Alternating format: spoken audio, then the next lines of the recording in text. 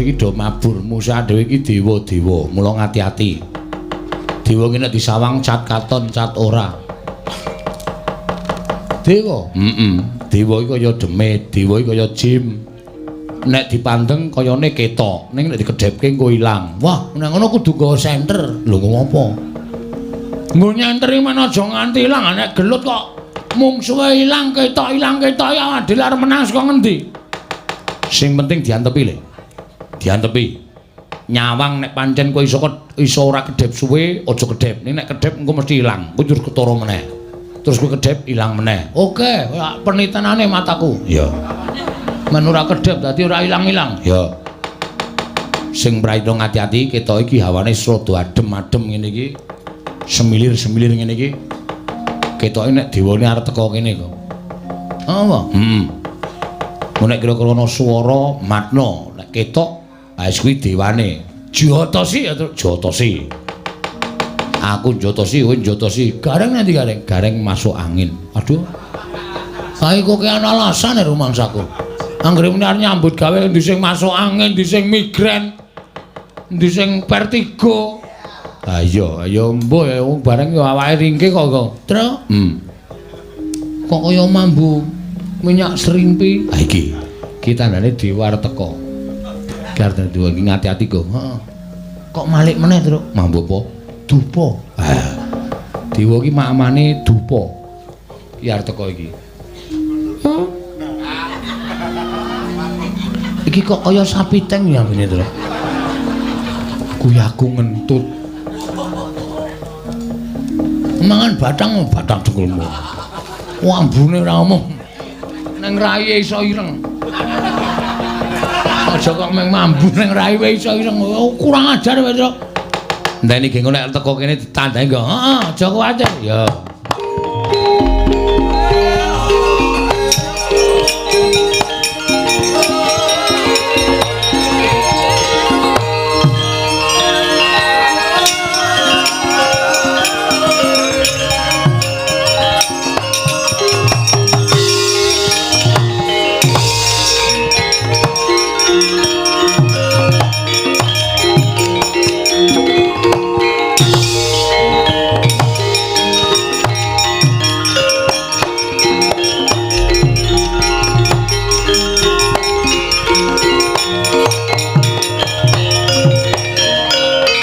Tuntuti lamun katututan lamun mangsa prawira tiktaya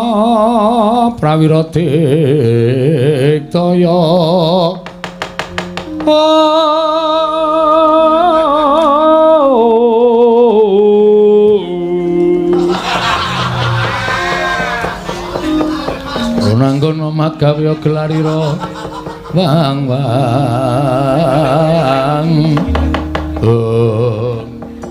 ngopo iku iki, Gong? Iki sing marahi bokongku plendhingan ya iki. Lah ngopo? Sing ngene iki cilaka wae do dirambati cokor. Wong aku sang ngula lho. Ha iya. Kok ora wedi ya? Ya ora. Ora galak kok. Iki kok tak sawang kok cat katon cat ora. Wong wilahi. Mas Tunomo sidam sekaring bawuna langgeng.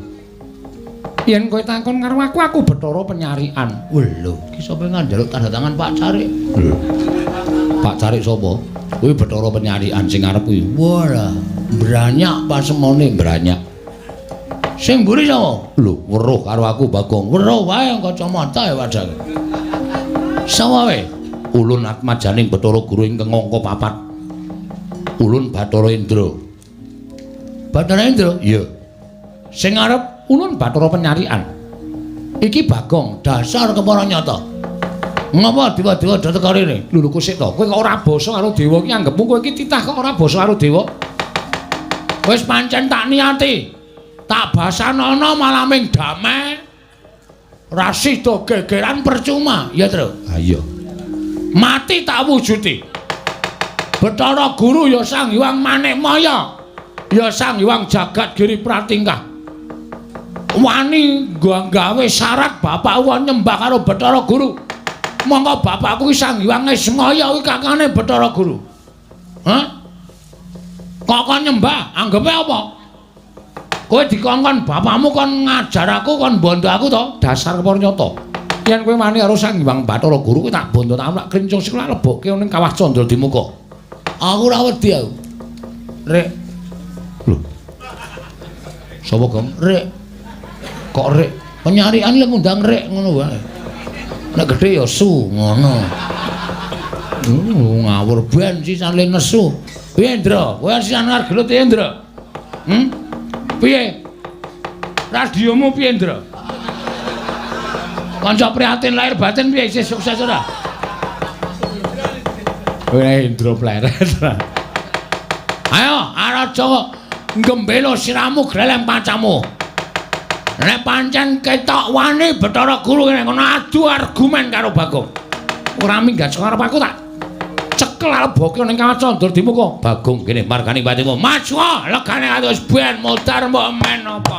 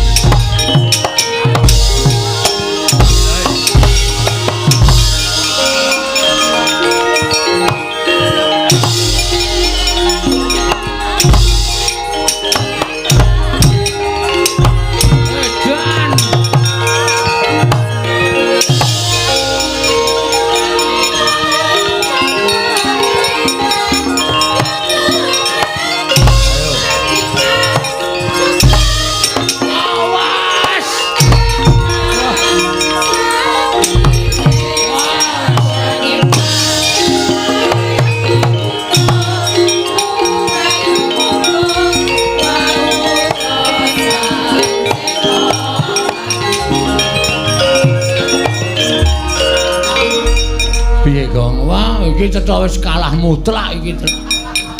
Kalah mutlak piye? Ha piye dewane ampuh tenane. Kok ampuh? Aku diantem penyarian dies kena nggon sirah. Dheweke ngoyak aku tak incem wae ngantem bola-bali tak tadahi tak saut tangane arep tak anteme. Ora kena lho. Ora kena piye? Kaya nganggo aji lembu sekilan iki lho. Kaya ana sing duwa ngono lho, ana betenge lho. Tak antuk-antuk maplek ngono ning kaya ora tekan. Waduh lah piye ya, Gong? Waduh. Ha iki ra imbang iki.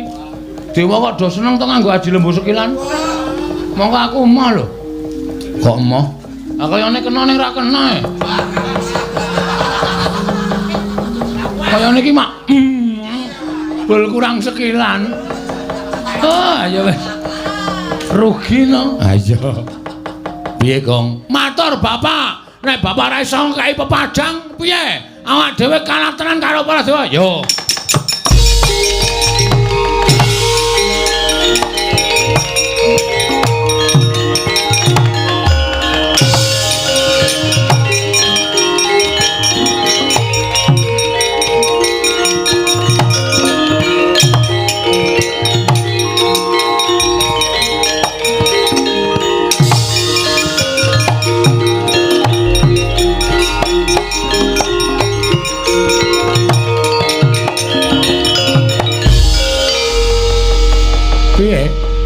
Ketiwasan, Pak. Ketiwasan piye? Wis berlut karo dewa, Pak. Rame banget, Pak. Wis perang. Wis geger ora karo-karuan. Ning Kocapa piye? Bareng aku arep ngantem karo Petruk iki, angger tak antemi kurang sekilane lho, Pak. Kaya kena ning ora kena e. Ah, kuwi jenenge aji lembu sekilan. Kuwi aji ora diwatek ning dewa wis duweni kabeh. Waduh. Nang ngono ra iso dijotos. Sing muni ra iso sapa? Iso. Carane aji kuwi bakal ilang nek disembah ping 3. Terus ling ngantem aja sirah. Aja dodo. Ning weteng medun. Asli? Piye, Tru? Mangkat. Oke. Nyembah ping 3. Sing diantem weteng medun. Wah, malah pusat kuwi. Ayo. Ditenono slentri iki wedan. Yakin wis tak sembah antem kon. Wah, wis mesti do mules kabeh dewane. Kang Bathara Indra napa? Waduh sajake wis diblakake karo Siwana Yantaka, Siwa Ismaya. Anak-anake ora iso ngantem karo dewa bareng. Bali matur karo bapakne, Bagong iso ngantem karo awakku. Disembah kaping 3 terus diantem sak kayange. Monggo ning ngantem dimatke tenan. Nek nganti pecah cilaka.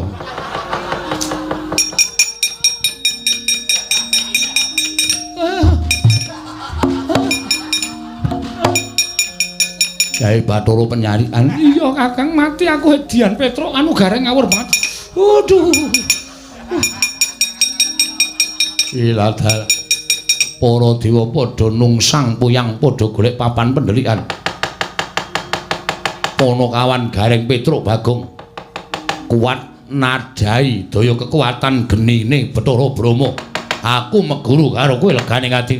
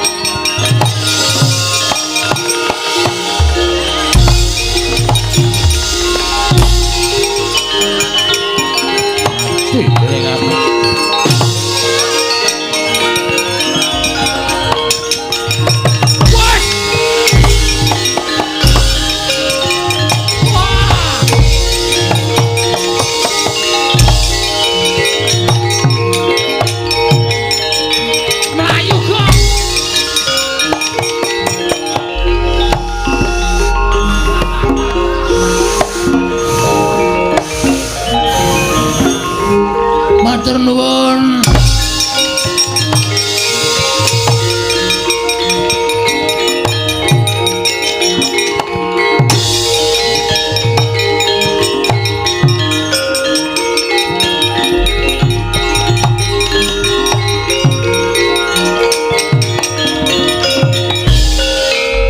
Mulat sanggaring para putra dibujung Agni ingkang sak lumbung Bandung gedene. Gelora Semar Sigel tanggap lenggah begogok kaya tenggok datan mobah datan musik parandring mangke dhateng ingkang Agni boten ngobong Gelora Semar Badrana parandhe manjing angganing Kyai Ismaya.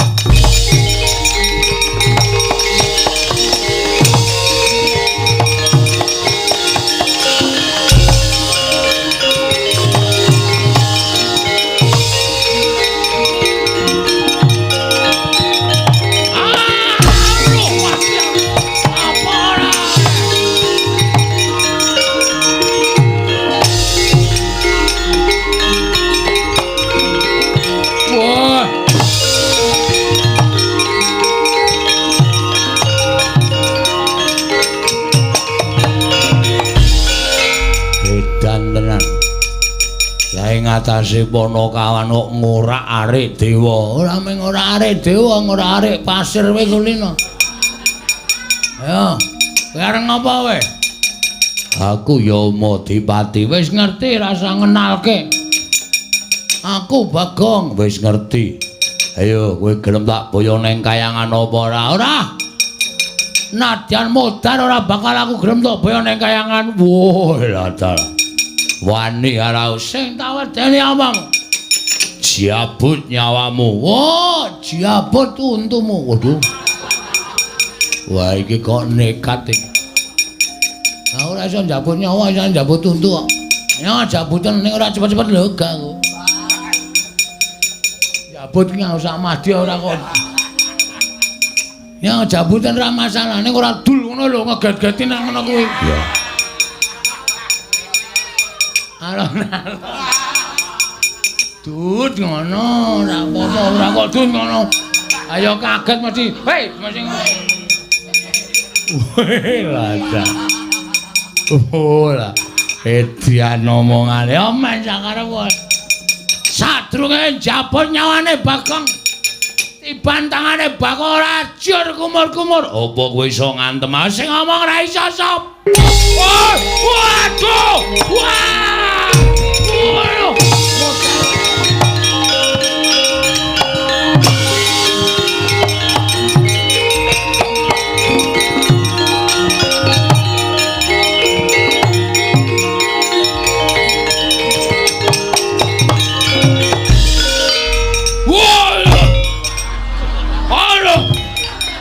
Yang Madifati kenang apa? Aduh. Wah. Waduh. Waduh Bagong ngawur tenan. Edian. Wah. Au. Nganti ra iso omong. Ayo, Amus, iki sapa iki kaya Teko? Teko dengkul kita kuwi ya. Ngawur wae. Weh, dewa to, dewa. Ulun kami tuaning dewa, kami tuaning Jawata. Ulun Bathara Narada. Ah, kowe saiki Narada kowe. Kowe patih Suralaya kowe. Arep melu-melu perkara iki. Mati. Kosek. Ora sembrono ya. Ulun iki ora melu perkara iki. Ya ulun malah ngelek karo Adi Prabu Bathara Guru aja nganti melu-melu. Utawa aja nganti wani-wani karo Kakang Isma ya ning Adi Prabu Bathara Guru kuwi berguguk utawaton ngeyel. Wis ora lumrah, ora jenengane nek dewa kok bubar mungsuh Panakawan. Ayo nyembah ping 3 ngantem dewa weteng medun. Ayo. Wah, mula kok dewa do gegem kuwi kabeh. Ditutupi kabeh wah lah ya musuh Panakawan mesti dimatke tamatke ndi ngonamu hus ngonamu jengkolmu duwe ora duwe rasa ulun ora melu-melu perkara ora melu-melu lunga ora gelem lunga sampun ayo wae lah edan.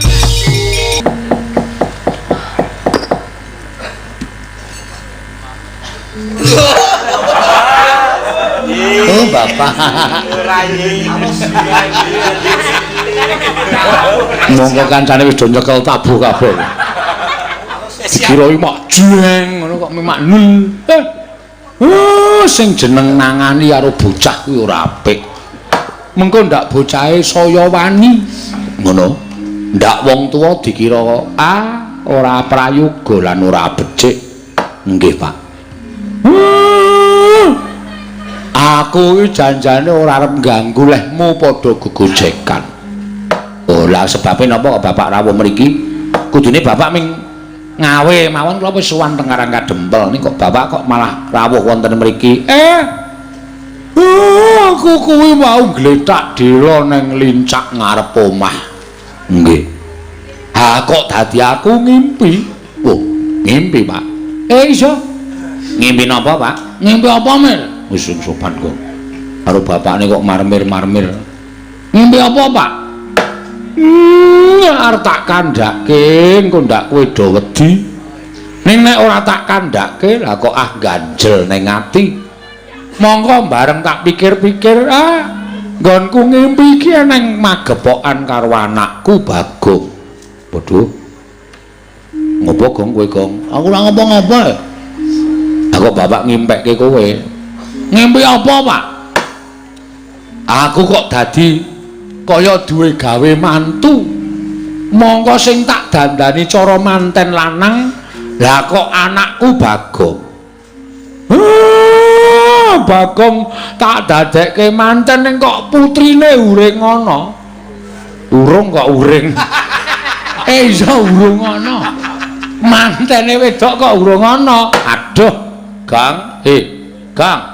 Ngapa? Bapak ngimpi kowe dadi manten. Alhamdulillah. Muga-muga kasembadan penjangkane bapak. Karang ya kuwi sing tak arep-arepe, Pak.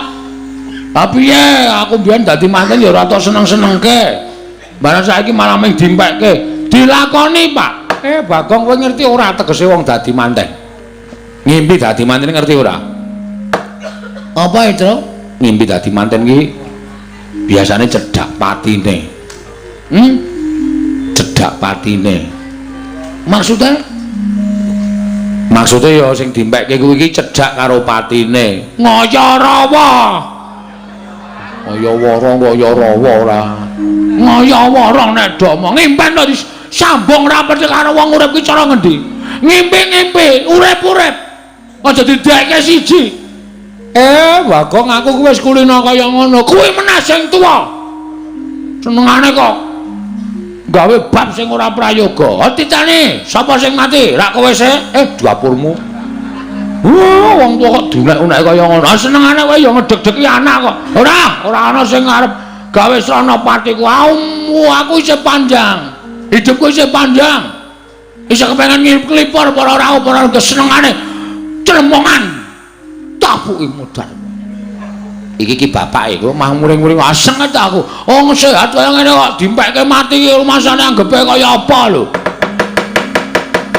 Semare Kaden Prayetna samurires eka balik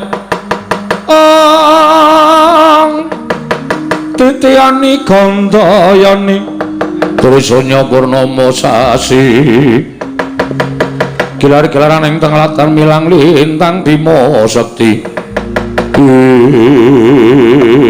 praptaning risang Werkudara Sumawur Raden Janaka gagat Lurah Semar Badrana nyuwur pirawuhipun ingkang Bendara kekalih Semare Kaden Prayetna semuriris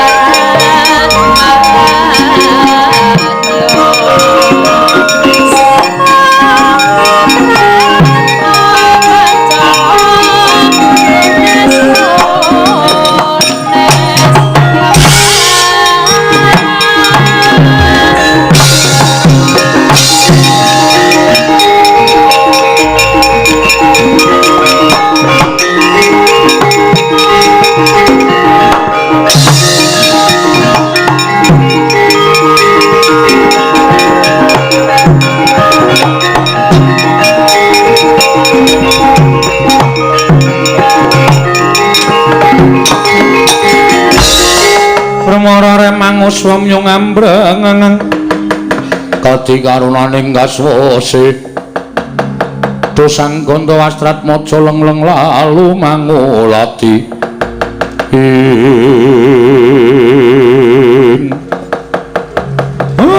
Ndara Werkudara bekti kula Den ya tak tampa Ndara Werkudara Ndara Janaka bekti kula nggih Ndara ya garing tak tampa Ndara Janaka Ndara Werkudara bekti kula nggih Gus ya piturut tak tampa iya piturut tak tampa Ndara Werkudara Ndara Janaka bekti kula nggih Den ya Bagong tak tampa enten apa gawe kaget rawuh tanpa sraba mboten wonten menapa-menapa kok mak jelek rawuhipun Ndara Werkudara kula ngabdipun Semar nyadong dawuh Den Semar kula Praptaku ning Karang Kadempa sayekti mung bakal nanting karo kowe nanting perkara napa kowe ngerti apa ora yen to Mbak Yuku ya kuwi Drupadi sawetara lunga saka negara Ngamarta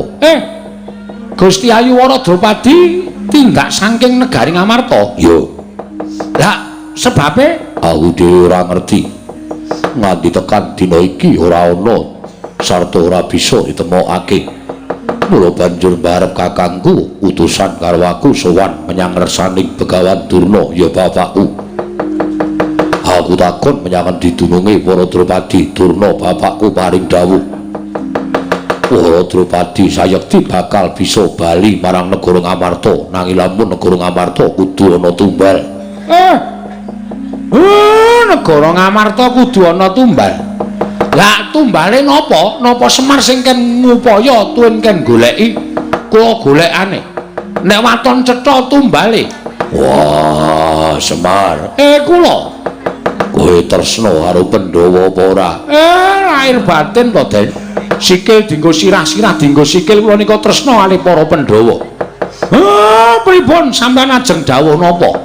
Yen kowe tresna karo para Pandhawa tegese kowe kudu ikhlas. Ikhlas bab napa? Jarine Durna bapakku sing kena dienggo tumbal balekake Drupadi Mbak Yuko ora liya kejaba mung siji. Wah, pripun ampun ragu-ragu? Bagong anakmu tak boyong tak dadekke tumbal.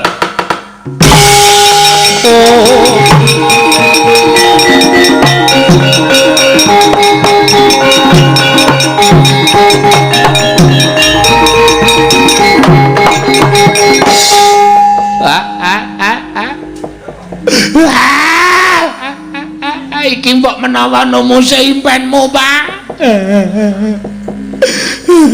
Lha Werkudara wis dawuh kaya ngono. Gang, dong apae? Kowe iki ngerti ora? Ngapa? Ndara Werkudara iki mau omong apa? Semar, Ngamarta mbutuhke gombal. Wondene gombal mau ora kejaba mung sandangane Bagong. Basa budhek. Kowe kaya ora krasa ta ya, Kang. Piye, Pak? Aku ora iso mikir. Aku ora iso mikir. Kowe tak omong ya, Kang. Piye? Ana apa? Apa sing perlu tak tanda tangani? Kowe mlayu wae sing adol. Gundulmu kowe. Yaene kon mlayu-mlayu padake maling. Kowe gak omongi ya, Le. Ndara Werkudara rawuh mrene. Kowe Ndara Werkudara golek tumbal supaya Ndara Drupadi timbul ning negara Ngamarta. Terus rasa do nangis to. Terus piye maksude? Tumbale iki sing arep dienggo tumbal kowe wer goblok.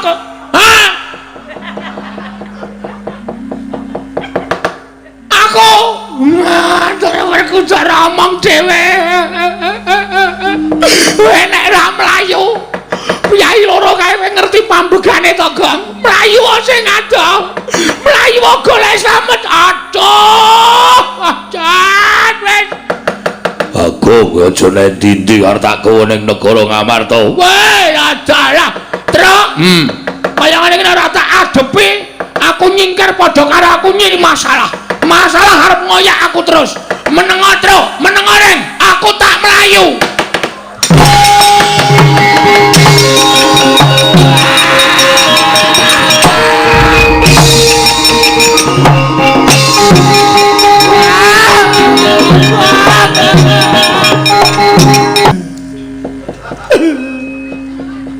Aku tinggal tumbal, Pak.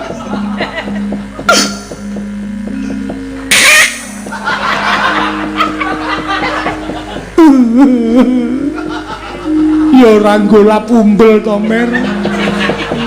Ndas kok golap umbel. Aku dhewe ora mentolok. Lah kok kelakuane ndaraku kaya ngono apa Ngamarta ki ora enek Sinuwun Ndarawati apa piye to?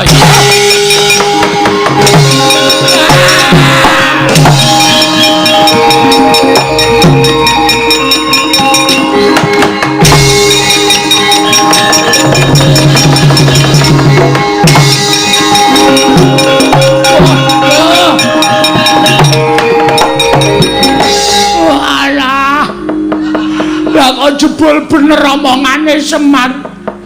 Ngimpi dadi manten ora kanthingan ana-ana kok aku arep dadekke gombal. Yo ngalah wis. pisah karo kulawarga, pisah karo anak-anakku. Yem. Murti yem. Aku pamit ya yem. Anak-anak do dijaga. Anak-anak do diopeni yem. Aku njaluk pamit, aku tak lunga sing adombangane aku modar ya Mama.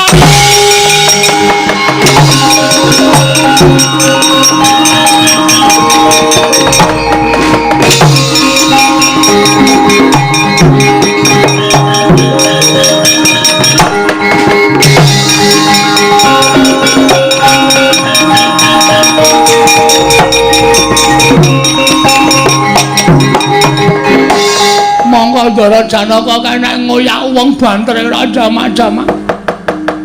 Aku mesti kecekel iki mbok mlayu kaya ngapa. Ndara Werkudara nek wis matet aji Bandung Bandawasa wungkal bener Rara Jonggrang. Melumpat mesti ngribani sirahku modar. Alah wis kok kaya ngene to uripku. Keloro-loro. Kelunta-lunta temenan. Lah ngandel ora wis arep tekan kene. Kena ora tak gawe srana. Wis ora bakal nampung perkarane. Sing ora mlayu sing ada. Muga-muga Ndara Janaka liwat kene wis ben kejeglong ya ben kurang ajar wong ora salah kok arep dipateni.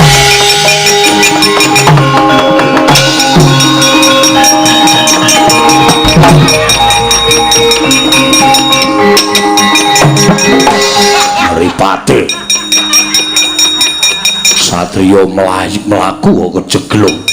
Bagong lemah dipun kedhuk ditutupi godhong. Piyambakipun pados gesang supados kula mboten saged ngoyak dhateng Bagong. Wah, edan oyahe.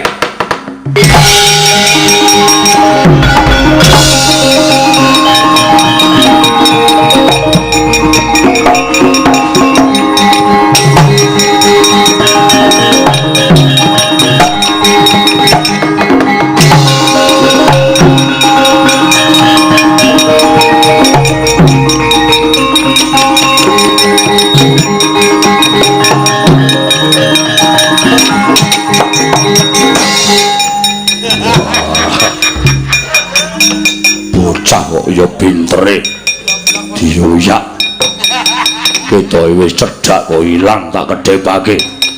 Wah Lendi Bagong kowe aja mlayu srana timbuling Wara Drupadi.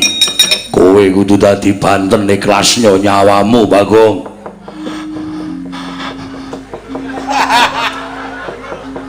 Wah kaya ana wong ambekan megap-megap. Wah, Bagong, ojo ndelik. Bagong.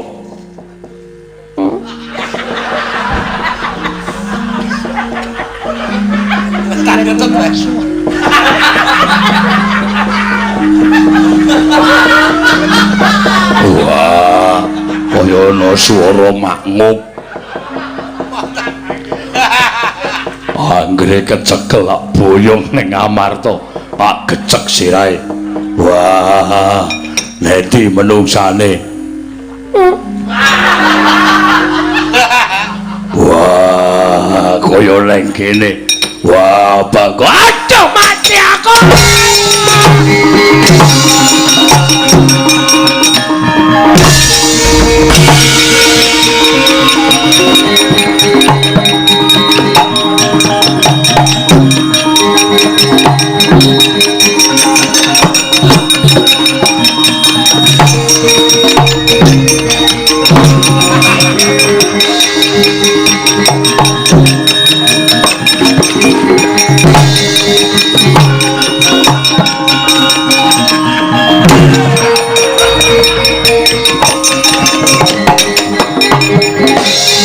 Wes badak bundas tak lakoni dalam piye munggah gunung aku melorot sing pisanan sukses Sing kedua kok sing tiba kok ndasku sik. Wah, wis ngrekoso tenan iki. Piye wis? Ndara Werkudara ketok ya wis kentekan akal. Wis ora ngoyak aku ning nganti aku engko ngetok pesungul. Kono Ndara Janaka Bagong ijek urip sifat jemparing ratas gulumu. Modal. Piye to iki nasibku iki? Wah, jan. Aduh. Wes monggo aku ndelekke lawuh nang omah. Wis genah dipangan murtiyem. Kae dokoh banget. Oh, tatu kok ayam goreng kok ngerti men kari sikil siji. Mangane jan luar biasa. Wis entek-entek mandang alas tenan aku. Wis tinimbangane urip ketoyong-toyong mati ah. Golek dalaning pati aku. Ngelampu. Apa jenenge? Apa to jeneng? Wis luwih becik ngalu. Ngelalu ndeng kok ngalu. Ngalu wae aku. Golek dalaning pati. Dewa. Dewa. Dipun wengakaken lawanging kasuwargan Jawata. Kula ingkang abdi Tapon Bagong badhe pados mergi ning Pejah. Kula arep golek dalaning pati. Pun boten wonten gunanipun kula urip ana kalang Dewa. Sampeyan krungu mboten Dewa budhek kabeh. Manggol tenan aku ngarep kae kaya ana sumur. Ah nyemplung sumur kowe. Anggere nyemplung dases iki nang ngisor kena watu padas mati sek wis. Wis men lah. Amane aku mulih dadekke tumbane negara Kamata. Tak ikhlasake nyawaku wis men.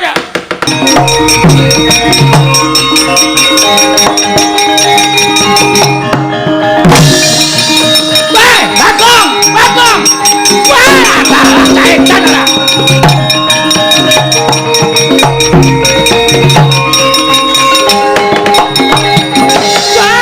Lodolot. Wah, lah cekar. Nangka bosok dikopiok kari betone. Aduh Bagong, lah kok dadi kita nekat kaya ngono ki piye? Nyemplung sumur. Monggo sumur tuwa kaya kene iki. Ngisore mesti ora ana banyune, mesti mung padas suri. Waduh, kita tekaning pati iki kok nganti kawanguran Sang Hyang Jagat Girinata. Sinenggo Bathara ora iso menggak marang kekarepane Bagong. Aku nampa duka. Wah, lah Bagong lah kok dadi nekat kowe. Bagong, kita aja mati, Bagong. Kita aja mati. Bagong, kita aja mati ora dikeparangi Sang Hyang Jagat Girinata. Sapa ta iki rame banget iki? Lho. Kita ki nyemplung sumur kae isih urip. Ameng sadengkol e. Meng keletan bes iki apa? Jebul ndung dikedhok. Lah kok kita iso nyemplung? Aku njero. Wah, trembelane iki weh lah Dewa Trondolo. Hus. Dunake trembelane kok nguneke Dewa Trondolo kita iki aja mati, kita aja mati. Heeh. Mergo lagi golek. Saja sembrana. Kita ulun jarwani ya. Pancen iki dadi lelakon kita. Oh, menggaten. Iya. Kita iki titahing Jawata. Mula sing gawe kodrat laku ning titah kuwi ulun. Oh, nggih.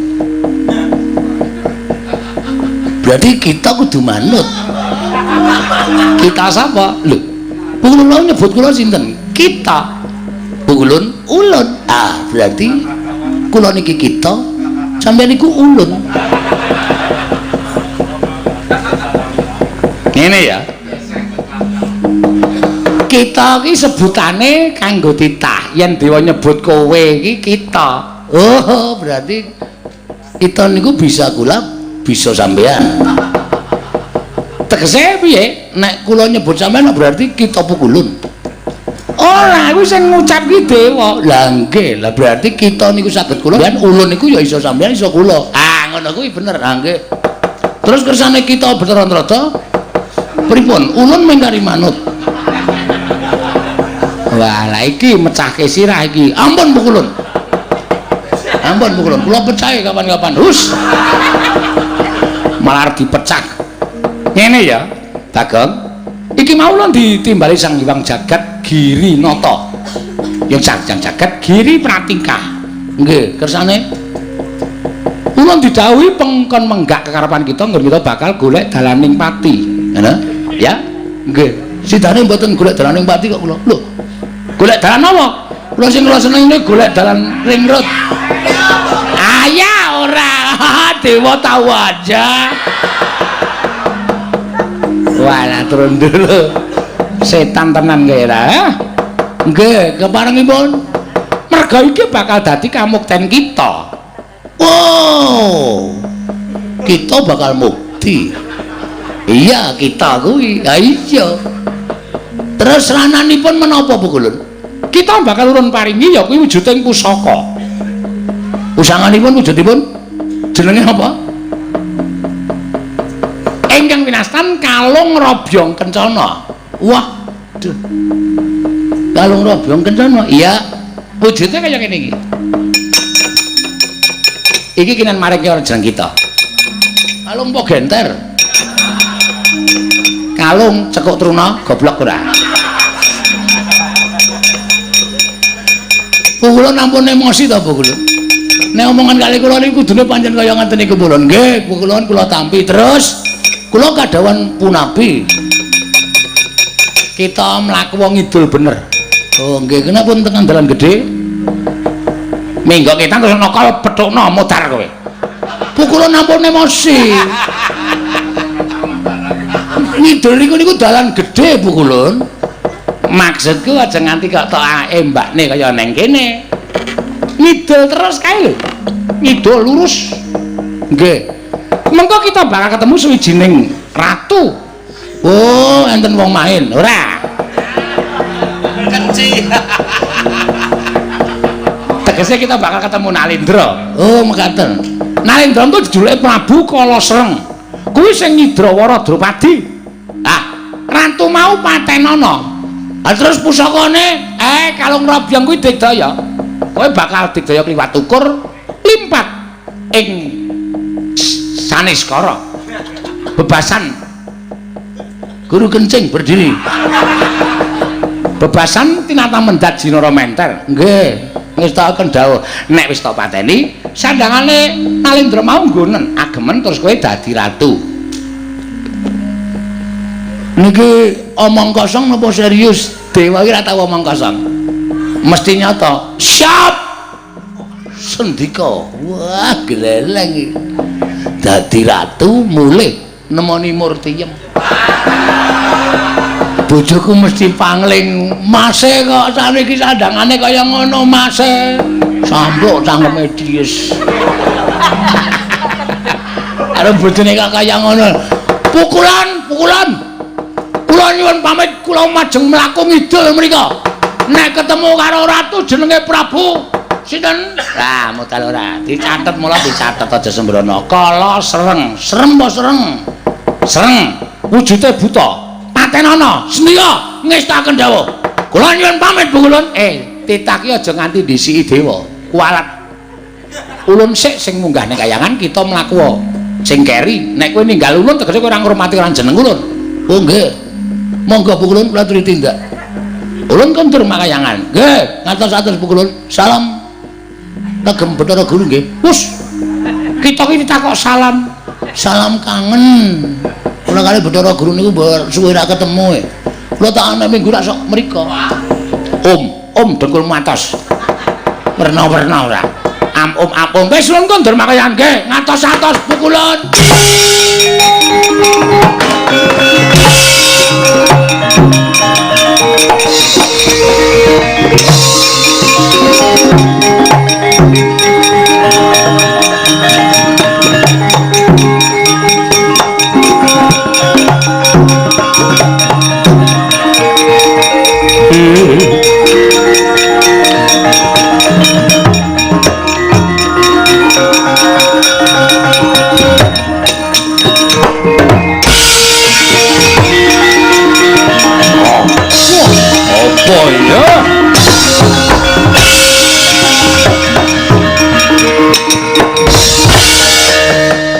Enjang kancing langit kelap-lapaton lir kincanging risang mawe gandrung sapa iki takon karo aku pukulan Bathara Antrada lho Bathara Antrada yudu kaya ngono aku ora mung nyilih jenenge Bagong kowe sapa aku Prabu Kala Sereng sapa sapa Prabu Kala Sereng Prabu Kala Sereng iya candhak dening aku wis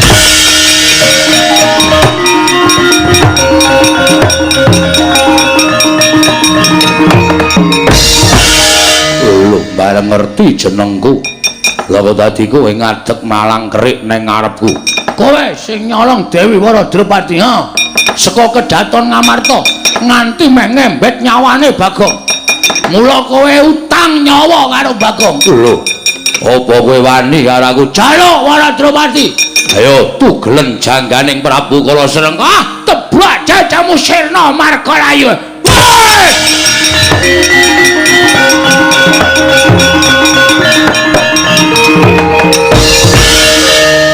ampuh tenane asem Bathara Antrada ya ora ngapusi antem dadane diek langsung klekar mongko semono gedene wah sayang Petruk ra weruh ora ana seksi bareng ya ora ana sing tak umuke wah rugi iki kudune bareng Petruk weruh men do gila karo aku terus gleleng nang kampung terus rene malah tak gajon ndasmu terus mara gila karo aku wah ya wis ra apa-apa tanggone sandangane buta iki negara Girikadasar ratune wis tekaning pati Ndara Waradrupati mapan Ndara Girikadasar nganggo sandangan buta jujuk Girikadasar Dewi Waradrupati tak gawane kondur ning negara Ngamarta legane ngati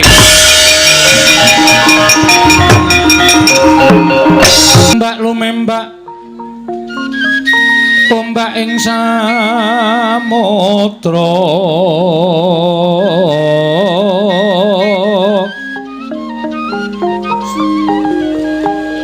ae ana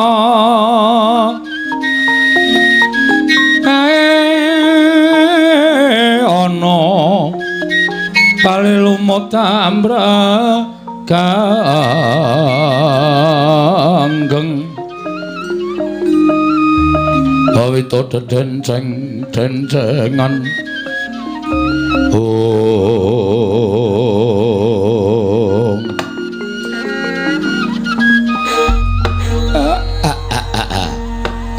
jagone ora padha tarung prenjake ora ning sing muni lah kok eneng dayoh pirang-pirang mongko ndak sawang lancur-lancur Pandhawa lala garing iki momongane awake dhewe kok padha rawuh mrene wah anggere nyawang putra Pandhawa ki rasane ning ati ki ayem umure kaya tambah 10 taun ya Tru gagah-gagah kabeh bagus-bagus kabeh monggo ya atine apik kabeh tur digdaya wah jan aku nek kon momong piyai kaya ngene iki rasane ora dibayar kowe gelem ya Gong ya ora nah ya tetep dibayar kowe iki komersil banget kok kowe saiki sawangane lho Nyawang Ndara Wisanggeni atine seneng Nyawang Ndara Sena rasane ya marem Nyawang Ndara Gatotkaca luwe-luwe Nyawang Ndara Antarja Ndara Abimanyu nang Rismuni lenggah mari kelu ngono kae baguse ora jamak-jamak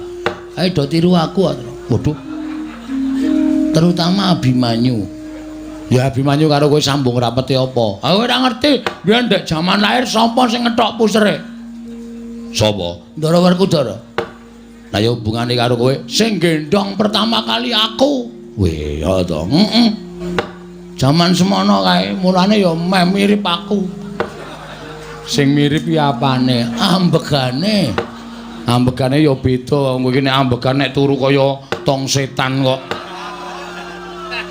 turu kok tuk cak ae jenenge wong iso mangan jengake sawernaing swara ora iso nek ora ana aku ha iya ngorok ki umume meng grok ngono kok kowe iso swara banyu swara wong kentrongan swara apa-apa kok mlebu ayo rekamane apik kok Nganti aku nek turu jejer kowe iki bingung lho. Iki apa iki? Sur bare bret. Culing. Mosok nganggo culing-culing barang. Gandani kok. Ha iso tak rekamke ye. Ha iya. Ngono. Do meneng sik. Malah ngrembug wong ngorok. Ndara wis anggene wilujeng Den. Kakek Semar slamet tekaku kakek. Aku ngaturke bektiku katur ya kakek. Nggih kula tampi dawa sami-sami Ndara Antasena wilujeng Den. Ya kek slamet tekaku. Aku ngaturke bektiku katur ya kek. Kula tampi Ndara Gatotkaca wilujeng. Ya Siwa Badrana ya slamet tekaku. Aku ngaturke bektiku katur Siwa Semar. Kula tampi Ndara Antarja wilujeng. Ya Siwa Semar. Slamet tekaku aku ngaturke bektiku katur Siwa Nayantaka. Nggih, Ndara Abimanyu wilujeng.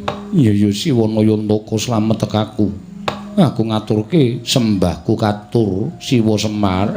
Mbok ampun aneh-aneh. Kula niki ming batur kok disembah. Niku malah mengke kula ndak kuwalat. Ning kula tampa dawah sami-sami dipun sekecaken anggenipun sami lenggah. Wah. Ndara pisanggene bekti kula kunjung Den. Nala garing tak tampa. Tiba padha-padha nala garing. Nggih, Ndara Antasena bekti kula ya ring tak tampa. Matamu ora mari-mari. Waduh, bar dialem matak-matake wong tuwa. Niki mboten iso mari ya kira kaya ngene iki. Ya syukur, muga-muga tak dongak-dongake ndang bener. Nggih, matur sembah nuwun. Tak ketang rada lara atiku. Dipun sekecaken? Ya, wis ora kurang kepenak. Ndara Gatotkaca bekti kula nggih, Den. Ya, garing tak tampa. Ndara Antarja bekti kula, ya garing tak tampa. Ndara Abimanyu bekti kula nggih, Den. Ya nala garing tak tampa. Ndara Wisanggeni bekti kula, ya Petruk tak tampa. Ndara Antasena bekti kula nggih, Den. Ya terus tak tampa. Ndara Gatotkaca, ya Petruk. Ndara Antarja, ya Petruk. Ndara Abimanyu, ya Petruk tak tampa. Ayo, Gong. Ndara Wisanggeni, Ndara Antasena, Ndara Gatotkaca, Ndara Antarja, Ndara Abimanyu kan bekti kula kanca. Kowe kok njur kabeh disaruk wae. Kesuwen e.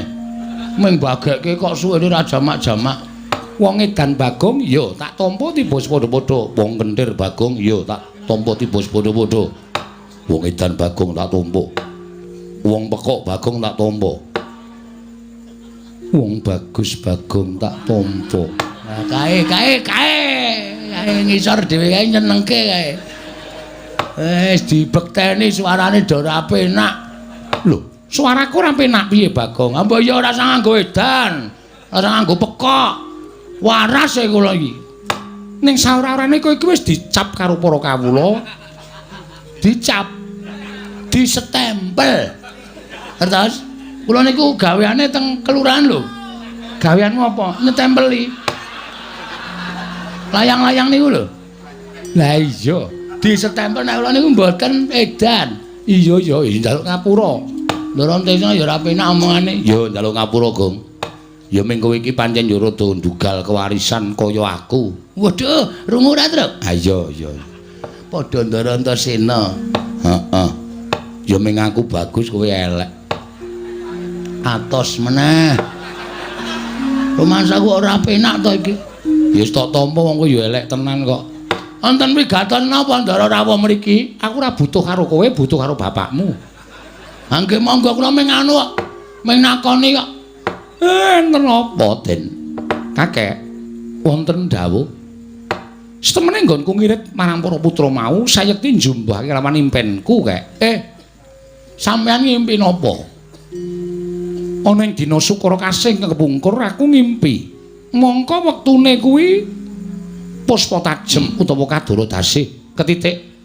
Sawise nggonku rampung nggone nglakoni nendra wis gagat bangun rahina.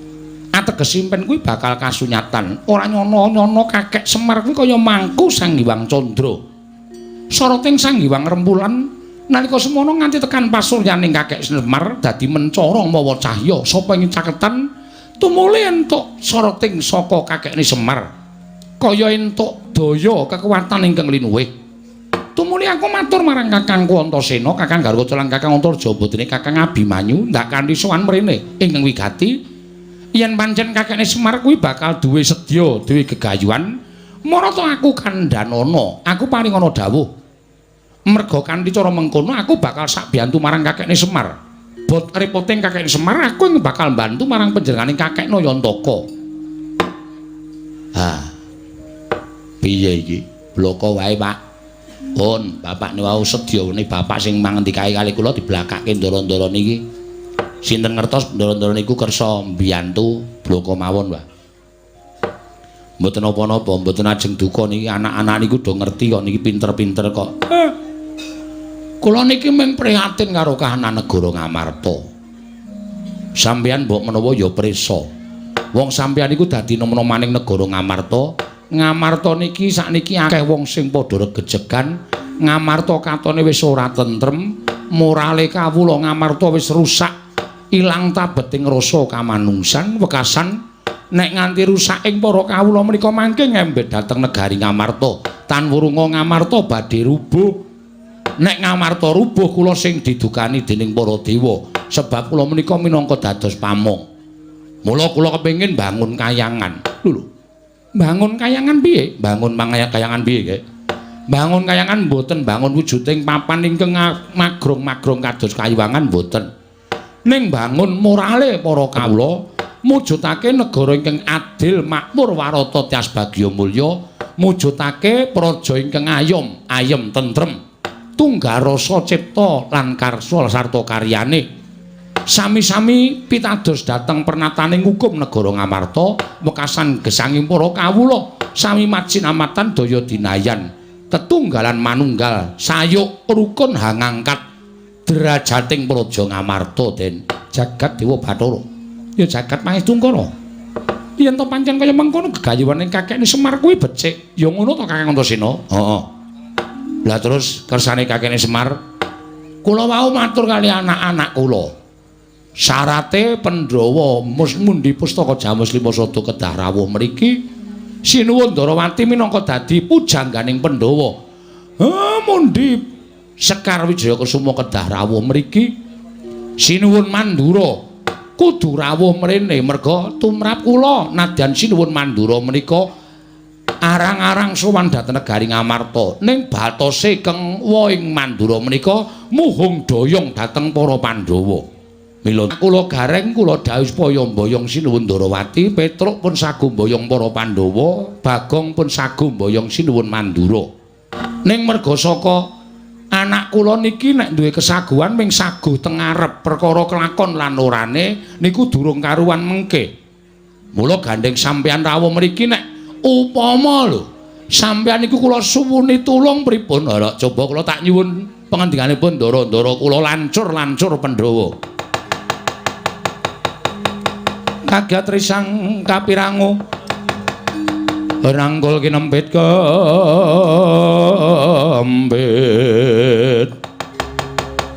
dosang reknaning bawana ing yen pancen temagaku digunakake dening kakekne Semar aku ora bakal wegah. Aku mengko karo Kakang Antasena ing bakal sowan Kanjeng Ndarawati nyuwun ngambil Sekar Wijaya Kusuma sinartan mboyong Kanjeng Ndarawati. Sampeyan kalih Ndara Antasena iya kek.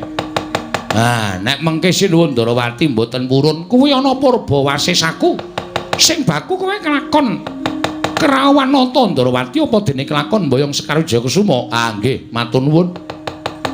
Siwa Semar. Nadyan aku bakal budal menawa negara Ngamarta matur Kanjeng Puntadewa. Mboyong marang para Pandhawa sinartanmu di pustaka Jamus Limasada. Aku karo adhiku Abimanyu ingkang bakal sowan ana ing negara Ngamarta. Wah, matur nuwun, matur nuwun. Aku ingkang bakal sowan menyang negara Mandura. Mengko aku matur bakal mboyong senjata negara lan alugara.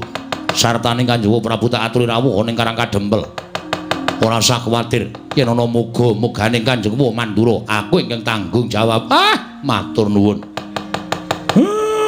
Wis kowe do nang omah wae. Kowe tak ganti gaweanmu.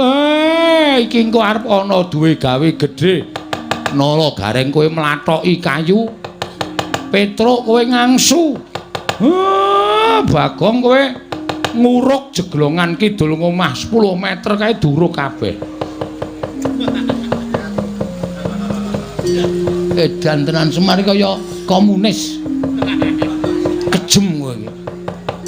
Ngunake aku sapenade aku kok gaweane abot wis to tindakno. Nggih, pangestaken dawuh. Matur nuwun Den, dene sampeyan pun kersa mbantu kalih kula. Banjur pangkatku besok apa? Kakek Nayantaka. Kula nderek karo sampeyan. Sakniki ya apik, sesuk golek wanci sing prayoga ya apik. Merga nggenku lajeng bangun kayangan iki ora kesusu kok, Den. Ngenteni wektu dina ingkang prayoga, Ndara. Ing Rikat lampahing rata tanpa ndara. Prapting sukuning argeram kang tumingal.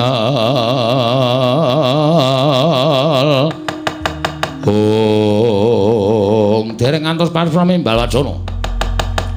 Kasarurawipun Begawan Durna, pandhita ing Sukalima miyak kang jagung sumaya karya kagiat kang samya mulat.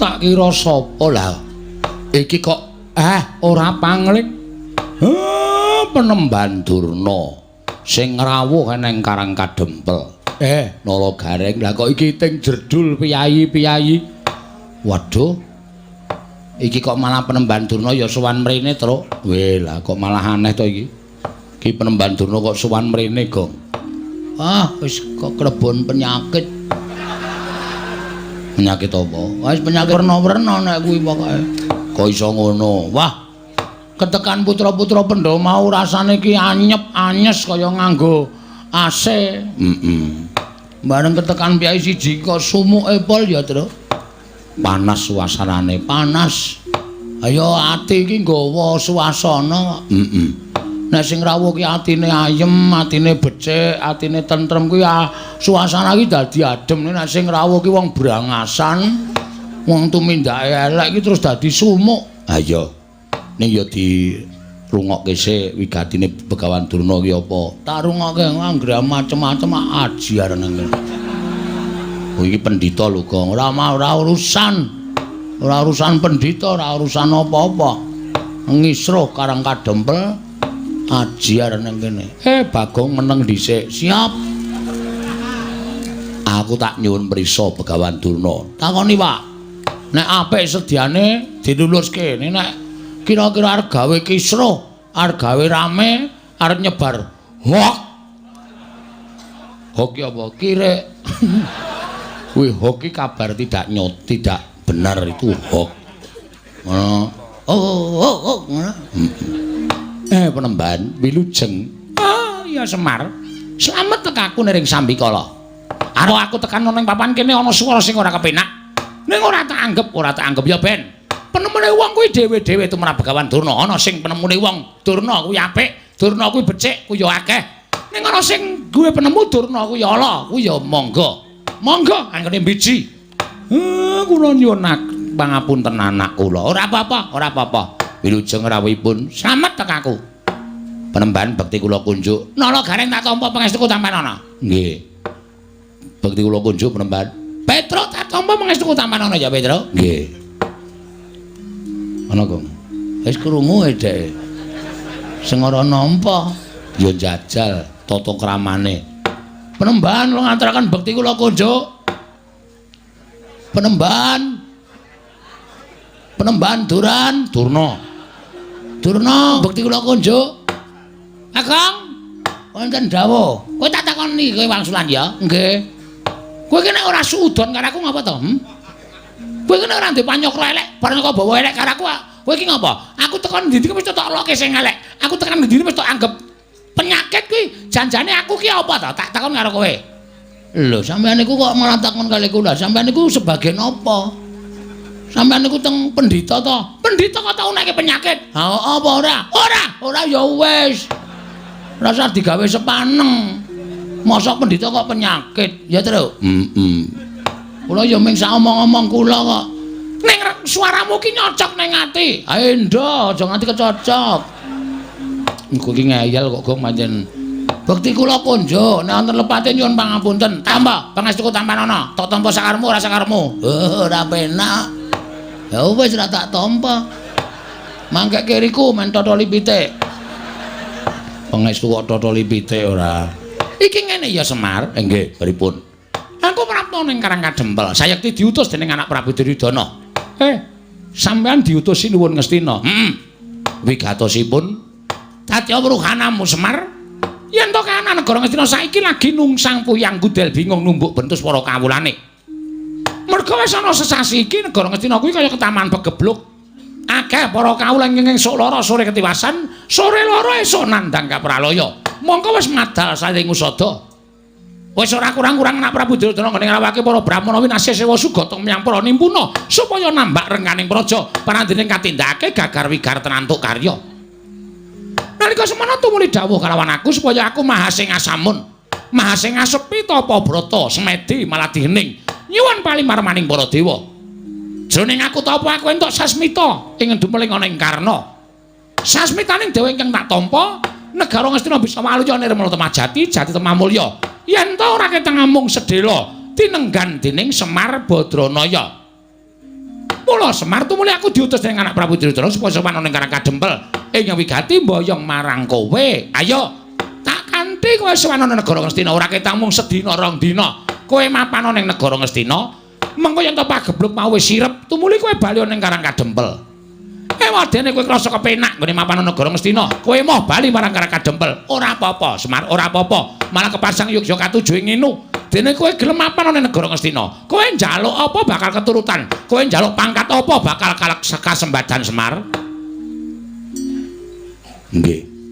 Mula dina iki setemene aku ora kok sowani jen. Kurawa wis padha mlumpuk nedya mboyong marang kowe. Wis diyasake tandu. Saka ing Karang Kadempel tekan negara Ngastina kowe ora bakal dijak mlaku, nanging bakal ditandu, dianggep wong sing wigati, wong sing bakal gawe padang negara Ngastina. Ayo, dina iki mangkat Semar. Mengko upama kowe wis bisa gawe padang negara Ngastina, balimu kowe bakal disangoni 7 grobak Mas Pices Raja Brana. Kuwi nek nggo mbangun omah kowe iso tingkat 400. Apa ora moncer kowe? Kowe tekan Karang Kadempel tumuli lemah kiwa tengene tok tuku kabeh, tok deki pendopo. Ora kok kaya omahmu saiki iki aku kok ngenes banget to Semar. Saplahe kowe melu para Pandhawa iki kok rumangsaku Pandhawa ora gatekke karo uripmu coba. Ya bener omahmu pendopo. Ning kok payone kok ana gendeng, ana seng, ana plastik. Iki pendopo model apa aku takon karo kowe. Mongko nalika semono aku sowan mrene iki udakara wis 5 taun kepungkur. Lincakmu ya ora ganti-ganti. Lincah kok campur karo telek pitik. Ndara Baladewa bukti kula kunjung nggih Den, Ndara Tiyang Agung. Ya nulung karing katumpa pangestu Tampanono. Lan nggih sangat anggen kawula ndadosaken jimat. Sinuwun mandura bekti kula katur nggih Den. Ya Petruk kantong bolong tak tampa pangestu Tampanono. Oh iya, kula pun dinggo jimat paripe. Ndara Baladewa bekti kula katur nggih Den. Ya Bagong. Ndak tampa pangestu Tampanono Bagong. Ini sangat kula pundi? Melu cepet iki lho. Aku nek omong cepet banget ya.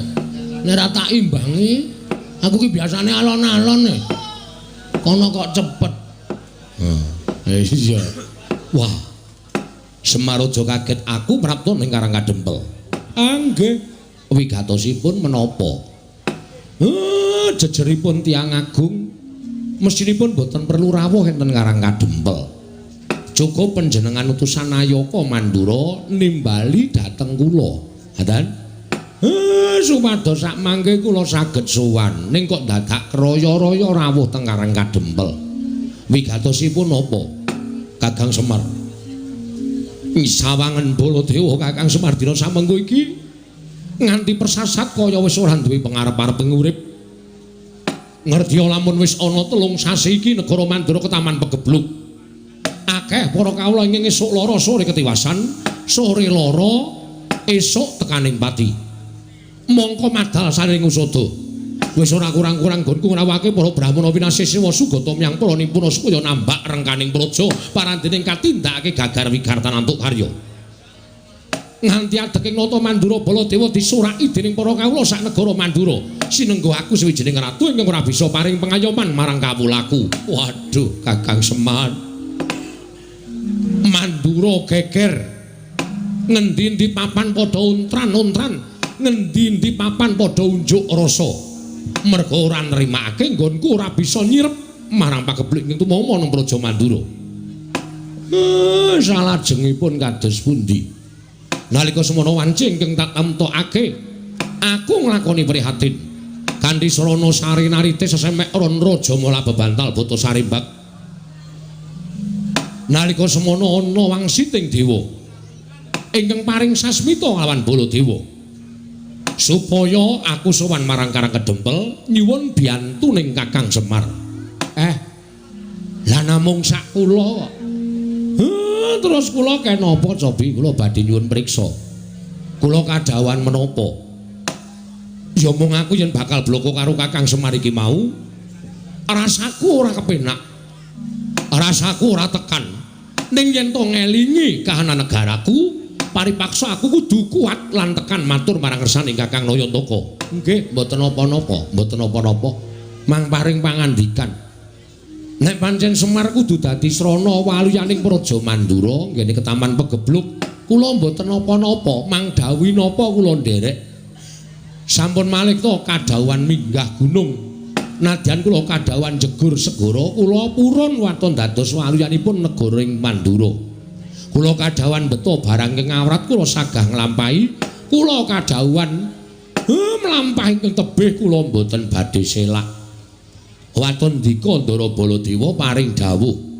Ning yen aku matur apa Kakang Semar ora kogel penggali luwe-luwe.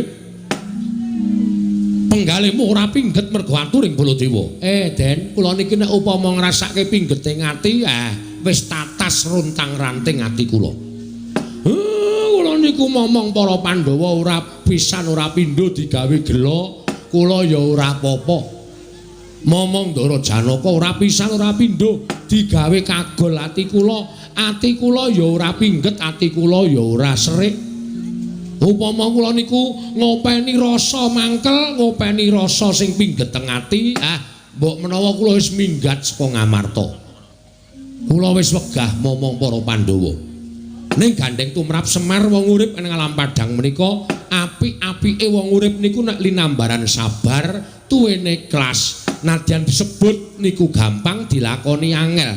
Ning apik-apike wong nek iso nglakoni watak sabar lan ikhlas niku dadi mantasaning menungsa, dadi mustikaning titah. Mila monggo kula aturi paring dawuh Semar kapurih napa? Aja lara atimu aku tak matur marang sane Kyai Nayantaka. Nggih, mangendika, mboten napa-napa. Wanter dawuhing dewa ingkang tak tampa. Nalika semono metu marganing pasumenan. Sasmita dumeling tan ana ing karna swara ingkang tanpa wujud ngandhakake yen to aku kudu iso mboyong marang Kakang Semar prapteng negara Mandura. Lah kersane nek mung diboyong wae kula purun mawon. Terus sakniki kula memperjelaske mawon. Kersane napa? Napa Semar teng mriku ajeng ken ndongani? Napa Semar teng mriku ajeng ken ngabulke napa?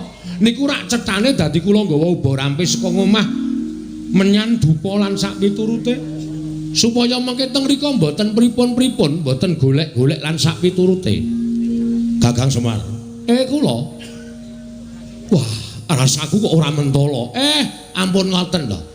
Sampeyan nek mboten mentala ngiklaske patine kawula pirang-pirang saben dina mati, nyawa kawula Mandura ming perkara sampeyan mboten mentala sampeyan ngiklaske patine kawula sampeyan. Saya ala, saya elek kanalindran sampeyan, saya mboten prayoga cacating para kawula teng sampeyan le dadi nalindra. Kakang Semar, aku Aku mboyong Semar, putrane marang negara Mandura dawuhing dewa, dina samengko Semar kudu dadi tumbal ana negara Mandura, Semar Putranaya.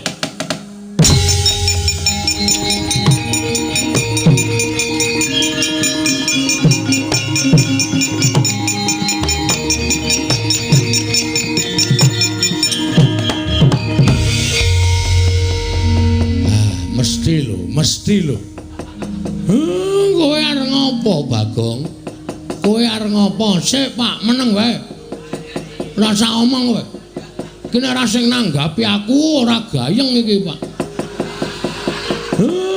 Kowe sinuwun Mandura, wis ngerti. Aku wis apal. Iki ya bendaraku, ya pepundhenku. Aku cetha banget omongane. Semar, kowe atago ning Mandura arep tanggo tambal. Gosok kupinge. Apa Gong tambal? Tumbal. Hah? Tumbal. Tumbal apa tambal? Tumbal. Tumbal apa tambul? Tumbal. Tumbal? Heeh, saya nesu aku. Penyakit gugu karepe dhewe. Nek ora digenahke Petro iki mau aku basa apik-apik karo sampean. Nek bareng digenah karo Panakawan sing jenenge Petro, kakangku. Nek Semar arep digawe ning negara Mandura nggo tumbal, weh lah. Kewanen kowe ling ngucap. Aku jane ora mentolo, Bagong. Ning piye meneh? Negara Mandura mbutuhake Semar. Semar ki menungsae, udu sapi. Semar ki menungsa. Bapak Semar ki menungsa tur dadi pengarepe Pedukuhan Karang Kajembel. Nah saniki kula takon karo sampean. Sampean entuk wangsit saka sapa? Saka dewa. Dewa ki cetha jenenge sapa? Bathara sapa? Wah, nek bab kuwi aku ora ngerti. Kuwi mung swara tok. Wah iso uga kuwi mung swara tip. Utawa wong jajal sound system. Aja kepenak kowe watoni wara. Kowe tapa merem to? Merem. Kowe le tapa ora ndelokke sapa-sapa to? Ora. Lah, kuwi kowe le tapa nang ndi? Ning Sanggar Pamelengan. Sanggar Pamelengan iki kiwa tengene ning omah ora? Ana. Lah aku mesti wong nyetel sound system. Udu swara dewa. Lah kok dadi kowe ngawur arep boyong karo Semar Gagabranganamaya. Badranaya. Nayantaka Bojogati. Duduk Manangunung. Kowe duduk, Pak? Ora. Aku jenenge duduk Manangunung. Wis rasa cerewet kok ngono kok dak takokke ora. Golek ki rondo, Pak. Moh. Engko duduk Manangunung golek ki rondo engko nggoro aku. Wis. Bales. Hah?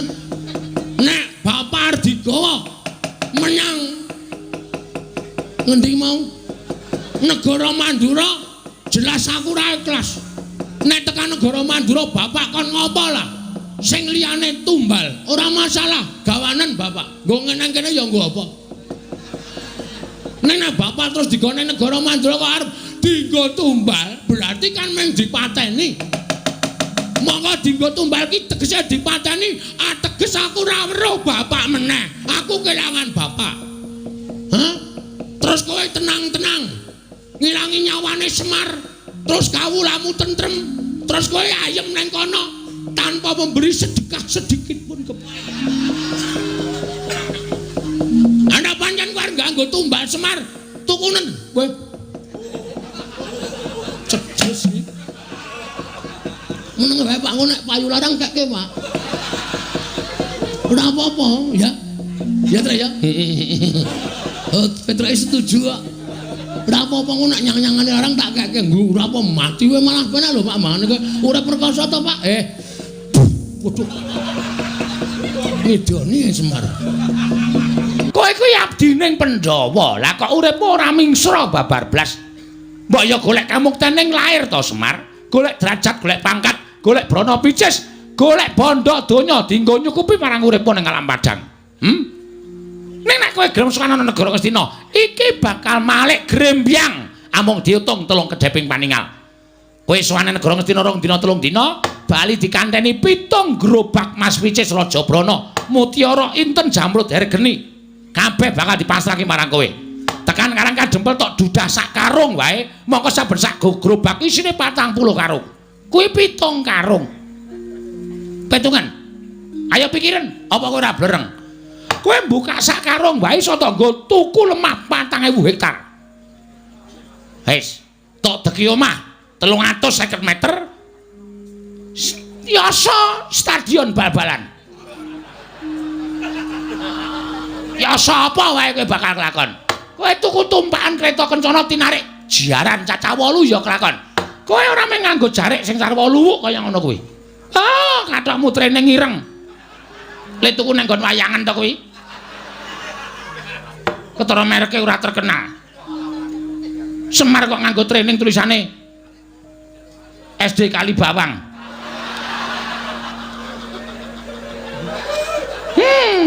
Cetane training le ngenehi kuwi dum-duman.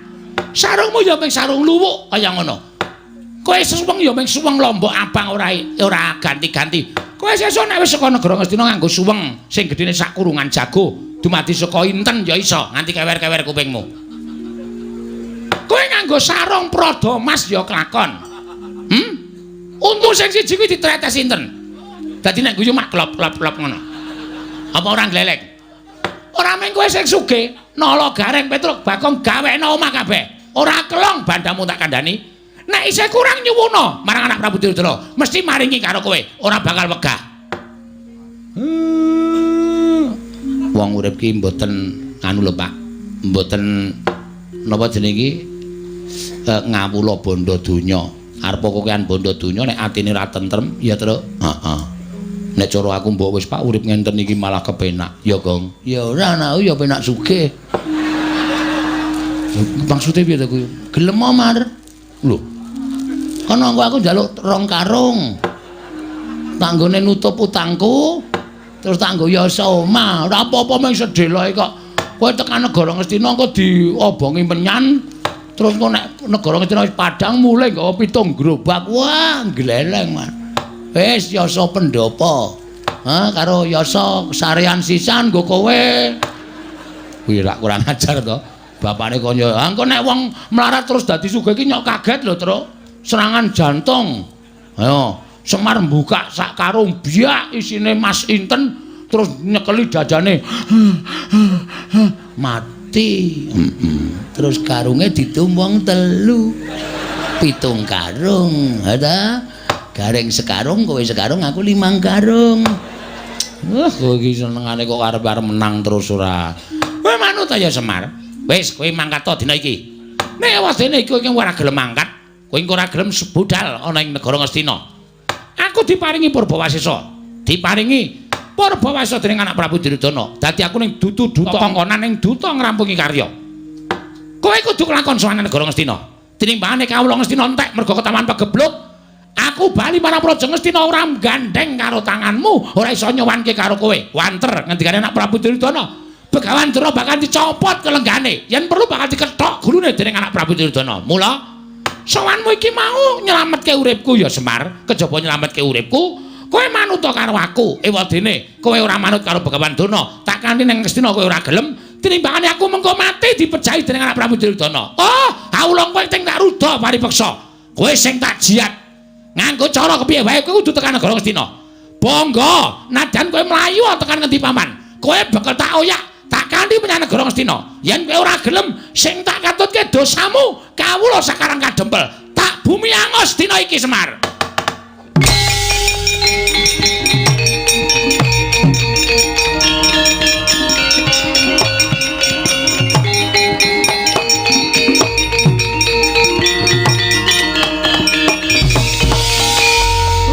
Bagong ngarep ngopo? Sik, Mar.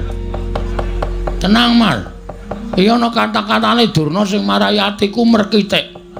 Merkitik piye? Durna mau arep meksa karo kowe ning negara Ngastina ora masalah. Kowe pribadi urusanmu wong loro. Ora ana sambung rapete karo anak-anak.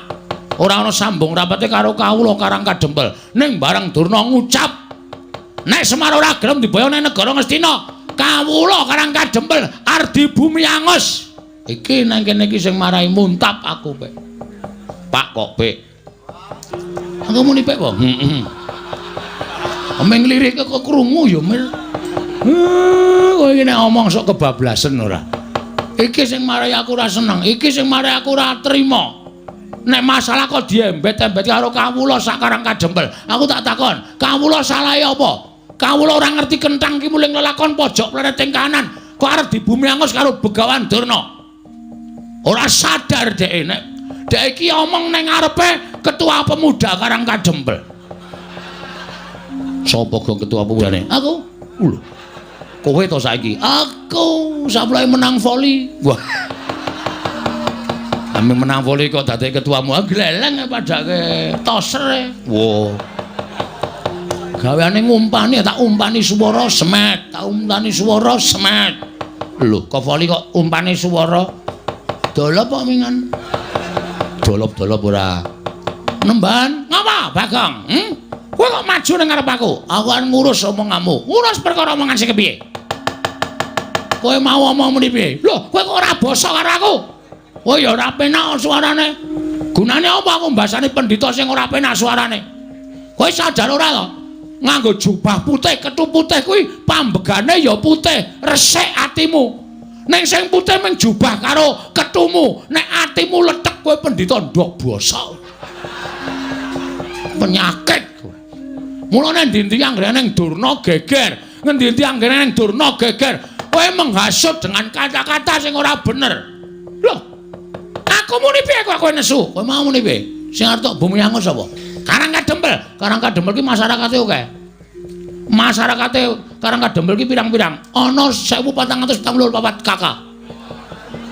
Nek 1444 kakak kuwi tok bumi angus, berarti kowe mateni wong pirang-pirang.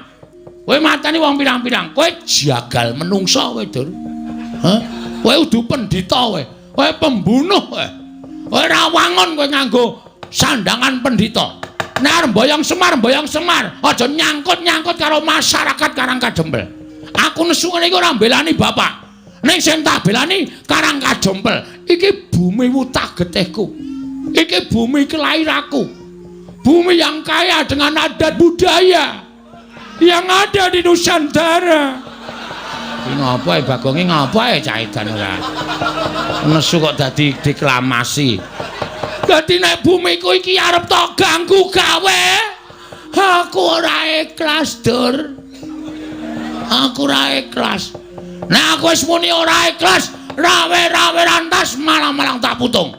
Ora nyawang kowe iki derajate apa? Ora nyawang kowe iki derajate pendhita. Nek mung arep gawe geger, arep gawe rusak, ajange diadane Bagong. Wah, edian Bagong. Ora usah cerewet kowe. Iya. Ajange diadane Bagong. Enteni nang kene.